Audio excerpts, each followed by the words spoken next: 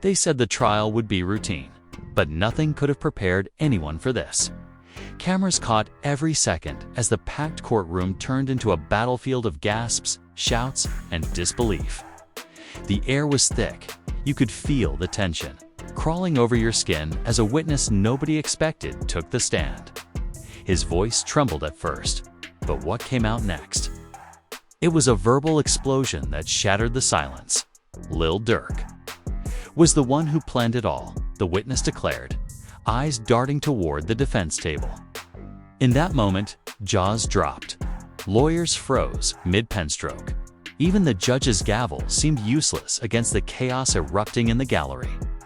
Fans watching the livestream couldn't believe their ears, flooding social media with fire emoji tweets and all-caps accusations. Some swore they saw Durk's expression crack just for a split second before he leaned back in his chair. Jaw-tight eyes locked on the witness like a predator sizing up prey. Family members in the front row whispered frantically. Others wiped away tears while Von's supporters exchanged looks that said finally. But the biggest shock. This was only the first 5 minutes of testimony. And it was about to get a whole lot messier. The courtroom was already buzzing before the witness even walked in. Cameras were rolling, phones were out despite the strict rules. And the air felt charged, like everyone knew something massive was about to drop. Durk sat at the defense table, straight-faced, his lawyers shuffling papers and whispering in low tones. But you could tell his mind was racing. The prosecution's side was calm, but in that dangerous way. Like they were holding back a trump card no one had seen coming.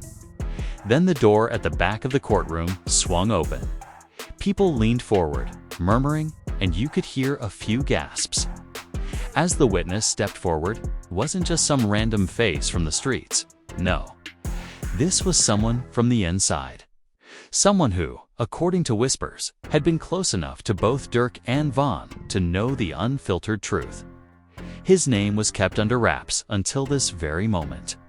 But now the judge's voice rang out, calling him to the stand. And the entire energy shifted. He sat down, adjusted the microphone, and avoided Durk's eyes. The bailiff asked him to swear. And his voice was quiet, almost too quiet, as he promised to tell the truth. You could see people in the gallery leaning forward, straining to catch every word. Tell us what you know about the night in question, the prosecutor began. Her tone sharp, like she'd been waiting months for this. The witness took a deep breath. It wasn't random. It wasn't an accident. And it wasn't just Von making enemies, he said, his hands trembling slightly. The judge shifted in his seat.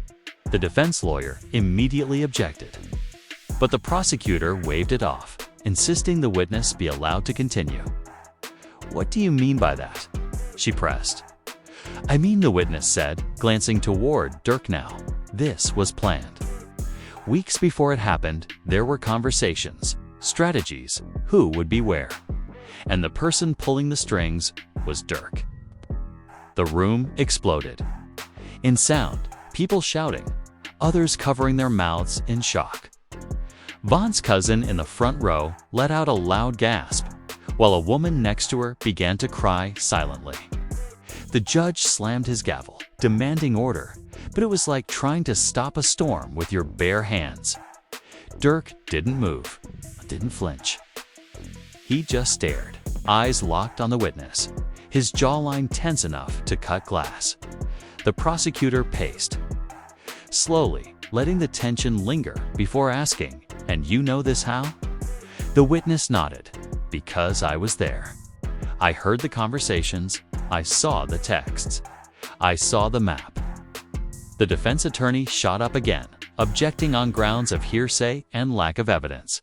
But the prosecutor smirked. "We'll get to the evidence," she said, turning back to the witness. "Tell the court about the meeting you witnessed." And then he dropped it. He described a small studio room, thick with smoke and heavy beats thumping in the background. Von was there, but he was restless, pacing back and forth. Durk was sitting in a chair, leaning back, phone in hand. nodding along as someone explained a route on paper. The conversation wasn't about music, the witness continued. It was about how to make sure certain people weren't around, and how to catch Vaughn alone. They talked about making it look like a street beef, but it wasn't that. People in the gallery were whispering furiously now. Some were shaking their heads in disbelief, others recording reactions for the world to see later. The defense attorney finally broke in, voice raised. "This is pure fabrication. My client has never," but the judge cut him off. "Let the witness speak. We'll assess credibility later." The witness went on, detailing names, times, and even locations. Each detail was like another dagger to the quiet tension hanging over the room. The prosecutor was feeding off the energy, asking pointed questions, each answer making the story darker. Then, the first twist hit. The witness admitted he hadn't intended to speak against Durk. In fact, he'd been loyal. Until something happened that made him feel betrayed. He wouldn't say what, not yet, but you could feel that secret dangling in the air like a loaded weapon at that moment.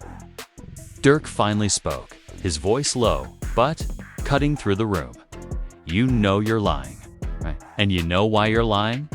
The gallery gasped again. The judge warned him to remain silent unless addressed, but the damage was done.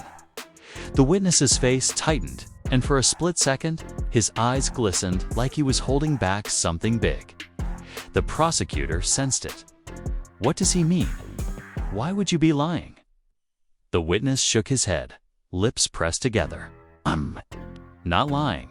I'm just not telling everything." Yet that silence afterward was heavy. Meanwhile, outside the courtroom, social media was already on fire. Fans were split down the middle. Some believed the witness completely, flooding comment sections with claims that they knew it all along. Others were defending Durk, saying the witness was just chasing clout or trying to cut a deal. Inside, the judge called for a short recess. People filed out into the hallways, reporters swarming anyone willing to talk. Vaughn's family stayed close. Together, whispering in urgent tones, their faces etched with a mix of anger and grief. Durk's camp was huddled in the opposite corner, his lawyer speaking in a rapid, hushed words. His team nodding but looking rattled, but the real drama was happening in a quiet corner near the vending machines.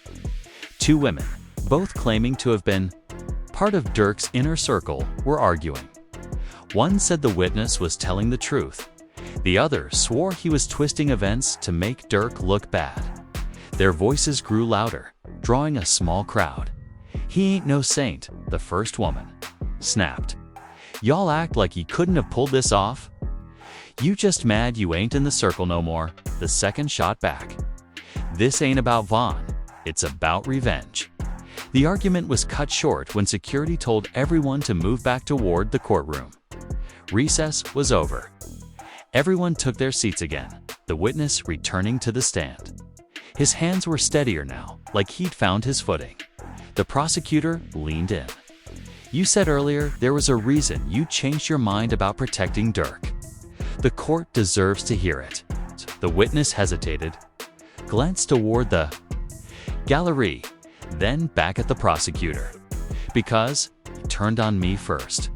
We had an agreement. He promised protection if things went bad. But when the heat came, he made sure it all landed on me. I lost everything. My people, my name, my safety. And that's when I realized Vaughn's death wasn't just a loss for the streets. It was a move for power, and Durk was the one climbing." The room fell into stunned silence. Every word was like pouring gasoline on a fire that was already raging. The prosecutor didn't speak, just let the echo of those words fill the space.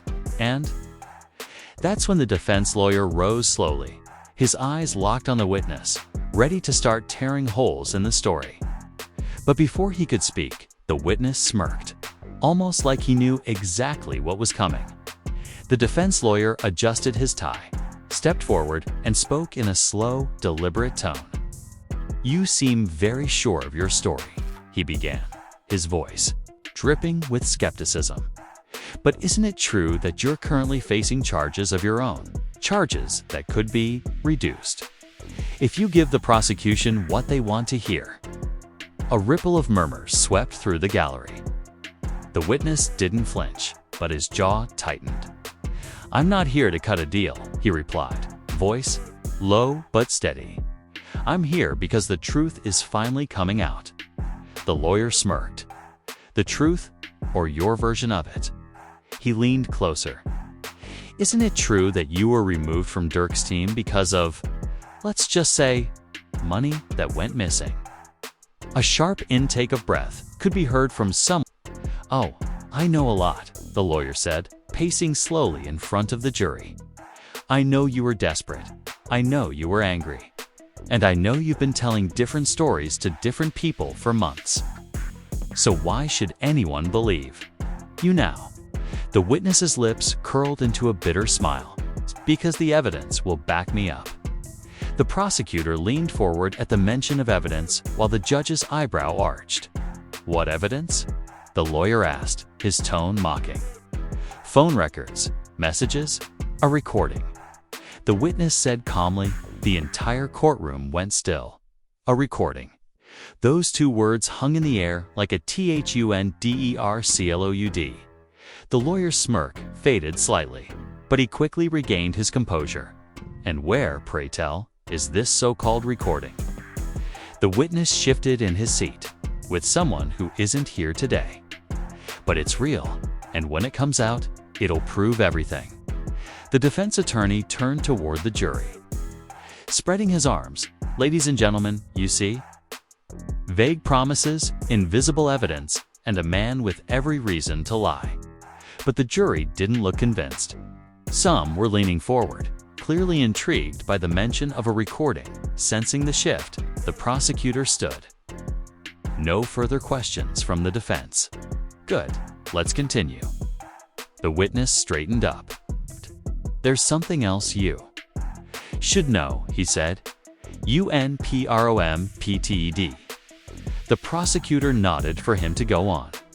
"The night before Vaughn died, Durk had a meeting with someone nobody talks about. A person who stays in the shadows. But that night, they came out. They gave orders, and Durk followed them without hesitation." The room erupted again. People whispering, some outright muttering, "Who?" under their breath. The prosecutor's eyes lit up. "And who was this person?" The witness hesitated. "I'll say their name, but you need to understand. Once I do, this changes everything." The judge leaned forward. "You are under oath. State the name." The witness swallowed hard. "Matteo, Vaughn's old manager." The gasp that followed was like a wave crashing against the walls. Even Vaughn's family looked blindsided. Matteo had been seen as a friend to both men, a peacemaker. To hear his name tied to a plot like this was almost unthinkable. "And what was discussed at this meeting?" the prosecutor asked quickly. "How to move certain people out of the way. How to make sure Vaughn would be somewhere without his usual protection. And how to make sure it didn't trace back to Durk." Durk shifted slightly in his seat, finally breaking his stillness. His eyes moved toward Matteo's name like the sound alone had pierced him. Outside the courthouse, news crews were losing their minds. Live streams were buzzing with the revelation, while fans were flooding comment sections with theories. Some believed it instantly, citing old rumors about tension between Matteo and Vaughn. Others claimed it was an elaborate trap to take both Durk and Matteo down back inside. The prosecutor asked, "Why would Matteo want Vaughn gone?" The witness's answer was chilling. "Money." Vaughn was about to cut him out of a deal. Millions were on the line. And if Vaughn made his move, Matteo would have been done. This revelation shook the room again. Vaughn's sister buried her face in her hands, while his cousin clenched his fists so tight his knuckles turned white. The defense attorney sprang up again, shouting, "This is absurd. Wild accusations without proof. The judge silenced him, reminding the court that the jury would decide credibility. The witness, sensing the momentum, continued. Look, you don't have to believe me now, but that recording I mentioned, it has Mikio's voice. It has Durk's voice. It's them planning. And it's out there? The prosecutor pressed, out there where? The witness gave a half smile. With someone who's waiting for the right time to drop it. Someone both of them fear. At this point, the tension was so thick that even the stenographer paused for a moment before resuming her typing. And then, just when it seemed the witness had played all his cards, he dropped another bomb. The person who has the recording was in this courtroom yesterday. A collective gasp filled the air. People immediately started scanning the room, as if the mystery holder might still be among them. Durk's lawyer looked rattled for the first time. He leaned down to whisper something urgently to Durk, who nodded once but didn't take his eyes off the witness. Vaughn's family was whispering rapidly, names passing between them. The judge called for another short recess, clearly realizing the court needed a moment to breathe after the avalanche of revelations. In the hallway, reporters swarmed everyone again. But this time, it wasn't just them. Fans had shown up, crowding the courthouse steps, holding up signs, some supporting Durk, others demanding justice for Vaughn. The energy was raw, electric, and dangerous. Two young men, both wearing Vaughn merch, were arguing loudly. Durk, been fake from the jump, one shouted, double quotes, nah. They setting him up, bro. The other countered, y'all eating up lies. Security had to step in before it got physical. Back inside, in a small side room, the witness sat alone with the prosecutor. Are you ready for the next part? She asked. He nodded slowly. Yeah, but once I say it, there's no going back. She gave him a steady look. Then make sure it's worth the fallout. When they returned to the courtroom, everyone was back in their seats. The witness cleared his throat and began to speak, his voice carrying a weight that hadn't been there before. There was someone else in the room that night. Someone who I never thought I'd see on that side of things. And once you know who, you'll understand why Vaughn never saw it coming. The gallery leaned forward in unison. Even the judge seemed to tense slightly. And then, without warning, he spoke the name. Asia, the witness said, his voice steady, but the air around him vibrating with shock. It took the gallery a moment to process it. Asia, Vaughn's longtime girlfriend, the same woman who had been seen at his funeral holding his mother's hand. The one fans had defended relentlessly on social media. Her name here, tied to this kind of allegation, was like a lightning bolt. In the middle of the room, Vaughn's family froze. His cousin's mouth hung open while his sister stared at the witness with eyes wide in disbelief. The defense attorney raised his hands almost in protest to the universe itself. This is getting ridiculous, he barked. We've gone from hearsay to wild tabloid gossip. But the witness didn't flinch. I saw her there, he said firmly. She wasn't in the meeting long, but she was there, and she wasn't. There by accident, the prosecutor stepped closer. Explain exactly what you saw. She came in about halfway through the meeting, the witness began. Durk got up to greet her. They spoke in low tones. She handed him something, a phone, I think, and then she left. But I caught a few words before she walked out. Something about making sure he's in the right place at the right time. Vaughn's cousin shook his head violently, whispering no, no, no under his breath. The prosecutor's eyes narrowed. Are you saying Asia knowingly helped set Vaughn up? I'm saying, the witness replied slowly, that without her, it would have been harder to pull off. She knew his moves better than anyone. She knew where he'd be, who he'd be with, and when he'd be most vulnerable. The silence that followed was suffocating. Durk, for the first time since the trial began, looked down at the table, his fingers tapping lightly against the wood. The defense attorney jumped in. This is character assassination. This man is throwing out names left and right, hoping something sticks. But the jury wasn't looking at the defense. They were watching the witness like they were watching a movie they couldn't pause. Outside, social media was going nuclear. Aktas's Instagram was flooded with comments, half calling her a snake, the other half insisting the witness was lying, to stir up drama. Some fans dug up old interviews where Asia had spoken about Vaughn's habits, claiming those were proof she could have shared details with the wrong people back in the courtroom. The prosecutor asked, "And how do you know?" This wasn't just a coincidence. The witness's answer was simple. "Because I heard her say, 'I'll make sure he's where you want him.'" The gasp that followed was instant. Vaughn's sister covered her mouth, tears welling up. The judge banged the gavel, trying to restore order, but the shock had already settled deep. The prosecutor pressed further. "So you're saying there was a coordinated effort between Durk, Mikhail, and Asia to put Vaughn in a vulnerable position?" "Yes," the witness said, without hesitation.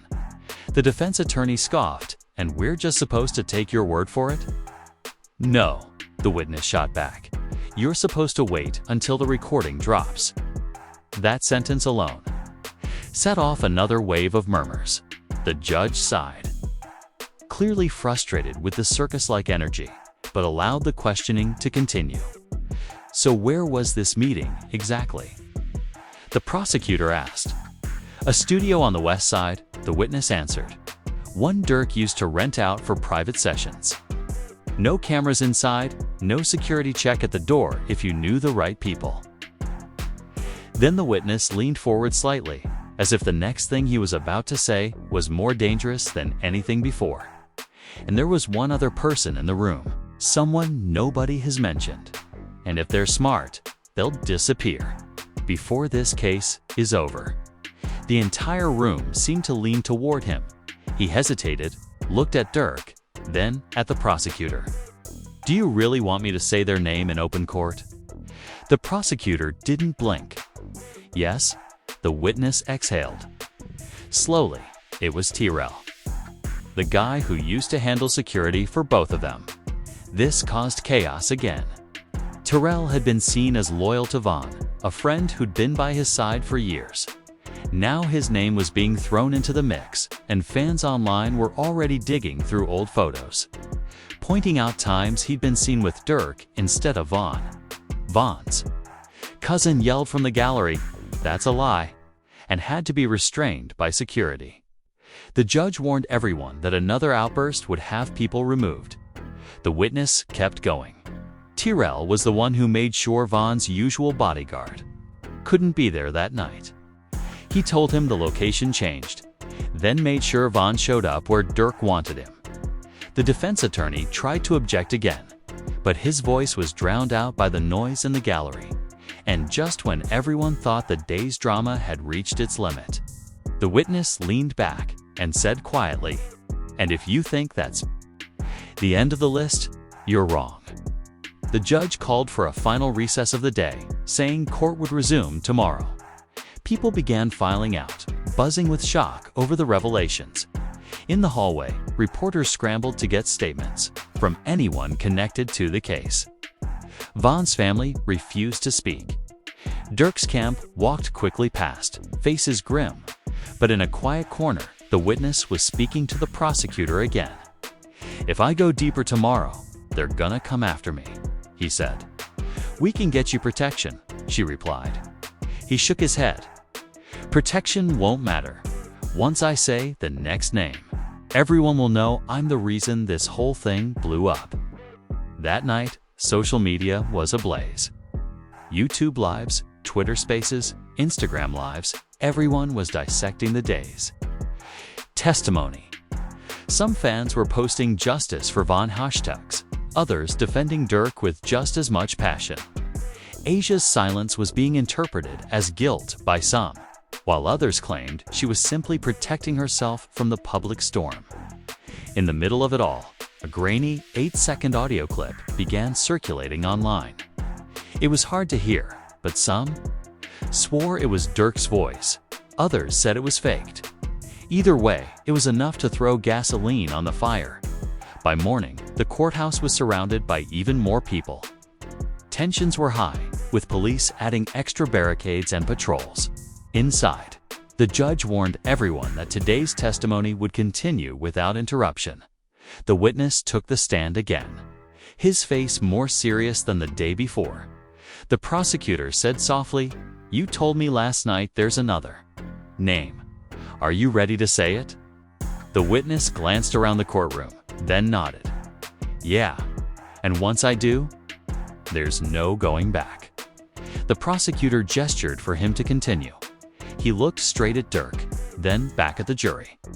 The last person involved was someone none of you would ever expect. And then, after a pause long enough to make the whole room hold its breath, he said the name. "Darius," the witness said, and the reaction was instant. A wave of confusion swept through the room. Darius wasn't a name anyone had expected to hear. Not the media, not the fans, not even Vaughn's family. But then, in the corner of the gallery, a man slowly lifted his head. It was him, Darius Vaughn's own blood cousin, sitting quietly through the trial as if he were just there for support. Vaughn's sister turned to stare at him, eyes wide with disbelief. "Tell me he's lying," she whispered. But Darius didn't say a word. The prosecutor moved quickly. "Please explain to the court who Darius is and how he's connected to this case." The witness nodded. Darius wasn't just family. He handled money for Vaughn. He knew about the deals, the payouts, the royalties, and he was in deep debt. So when Mikhail and Durk needed a way to get close without suspicion, Darius was the one who convinced Vaughn to be at that spot that night. The gasps in the room were almost in unison. Darius shifted uncomfortably, but didn't look away from the witness. The defense attorney leaped to his feet. "This is outrageous. You're accusing family now? Family. Sometimes family will do you worse than strangers," the witness replied coldly. The prosecutor's voice was sharp. "And what did Darius get in return?" The witness's answer was immediate. $50,000 in cash and a promise that his debts would disappear. And that promise came from Durk himself. The gallery erupted into shouts, the judge pounding the gavel to demand order. Security moved in closer to the front row where Vaughn's family sat. His cousin was yelling, his sister sobbing, his aunt shaking her head over and over. Durk finally spoke, his voice cutting through the chaos. "You're lying. You've been lying since you sat down. Darius ain't got nothing to do with this." The witness stared back at him, then explained the messages. That froze the room again. "What messages?" the prosecutor asked quickly. "The ones on Darius's phone," the witness said. "I've seen them." Durk telling him exactly what to say to Vaughn to make sure he was there that night. The defense attorney tried to object, but the judge allowed it to stand, noting that the prosecution could subpoena the phone records. Outside the courthouse, the crowd was getting restless. Word of Darius's name being mentioned had spread instantly. Through live streams, people who had once been sympathetic to Durk were now saying the story was too detailed to be fake. Others doubled down, claiming the witness was just pulling in random names to stir more chaos. Back inside, the prosecutor asked, "How can we verify this?" "Check Darius's phone," the witness repeated. "You'll see the messages, you'll see the dates, and you'll see the payout." The judge called for a brief recess to allow the prosecution to file the request for the phone records. During the break, Darius finally spoke to Vaughn's sister, his voice low but urgent. "It's not what he's saying," he told her. "Didn't, I wouldn't." "Then why's your name in it at all?" she snapped back. He didn't answer. In another corner, Durk was leaning close to his lawyer, speaking quickly. Whatever he was saying made his lawyer's face tighten. When court resumed, The prosecutor wasted no time. "We've filed for the phone records. In the meantime, I'd like the witness to explain how this alleged plan was carried out." The witness laid it out step by step, the meeting with Mikhail to finalize the plan. Asia providing location details and timing. Terrell making sure Vaughn's protection was out of the way. Darius convincing Vaughn to be there under the guise of a meeting with potential investors. And finally, Durk being informed the moment Vaughn arrived. As he spoke, the room seemed to shrink, the walls closing in with every detail. The jury was transfixed. The gallery silent except for the occasional gasp or whisper. Then came the part no one was ready for. After it was done, the witness said, there was a celebration. Drinks, music, like nothing had happened. "I wasn't invited, but I heard about it, and I know where it happened." "Where?" the prosecutor asked. "A house on the north side," the witness answered. "And if you check the cameras in the neighborhood, you'll see cars belonging to every single one of them." The defense attorney stood, his voice shaking with anger. "This is pure fiction, Your Honor. A soap opera being played out in a courtroom." The judge glared at him. "And yet, the jury will decide if it's fiction." The witness leaned back in his chair, his part seemingly done. But then he added one more thing. "The recording I mentioned, it wasn't just audio. It's video. And once it comes out, there won't be any more guessing." That line sent another shiver through the room. The prosecutor asked, "And when will this video be made public?" The witness smiled faintly. "As soon as I'm safe. And right now, I'm not." The judge adjourned for the day, setting the next hearing for 2 days later to allow for evidence collection outside. The courthouse steps were pure chaos.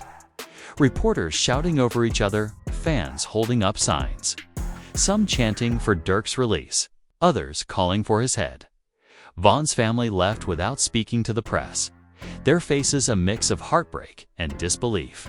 Darius was surrounded by reporters but said nothing, his expression unreadable. Durk walked out flanked by his team. His head held high, but the tension in his shoulders told a different story. Cameras flashed, microphones were shoved toward him, but he kept walking. That night, the internet went into overdrive. Theories, alleged leaks, breakdown videos analyzing every word of the witness's testimony. It was everywhere. And in the middle of it, a still image began circulating. It was blurry, grainy, but it looked like Durk, Mikhail, and Terrell in the same room. Some swore it was real. Others said it was a deep fake dot. Meanwhile, an anonymous account posted a cryptic message: "The video drops when the time is right. And when it does, careers, friendships, and families will be destroyed." And with that, the entire case felt like a ticking time bomb ready to explode at any second. As the courthouse emptied and the night swallowed the city, the unanswered questions hung heavy in the air. Did the witness just blow open the truth behind Vaughn's death, or was this all a carefully crafted story built to destroy Durk? The names dropped: Mikhail, Asia, Terrell. Darius had sent shockwaves through the streets, the industry, and the fanbase. Trust had been shattered, alliances questioned, and families left divided in a way that might never heal the so-called recording. Now rumored to be a full video, loomed over everything like a storm cloud waiting to burst. Some said it was days away from being leaked, others claimed it was all just bait to keep the world watching. But one thing was certain: when it does drop, it could end careers, send people to prison, and rewrite the history of one of rap's most talked about tragedies. Meanwhile, social media was in a frenzy. People choosing sides, digging up old interviews, replaying moments they swore hinted at betrayal. Hashtags for justice, hashtags for Durk's freedom. Live stream debates running all night. It felt less like a trial and more like the biggest reality show on Earth. And now, it's your turn. What do you think? Is the witness a brave truth-teller, risking everything to expose the masterminds? Or is he a bitter insider with a score to settle, throwing out names just to watch the world burn? Drop your thoughts in the comments, no holding back. Make sure you hit that like button if you are glued to this story from start to finish, and subscribe so you don't miss a single update when the next piece of evidence drops. Turn on those notifications, because in a case like this, the next twist could hit at any moment.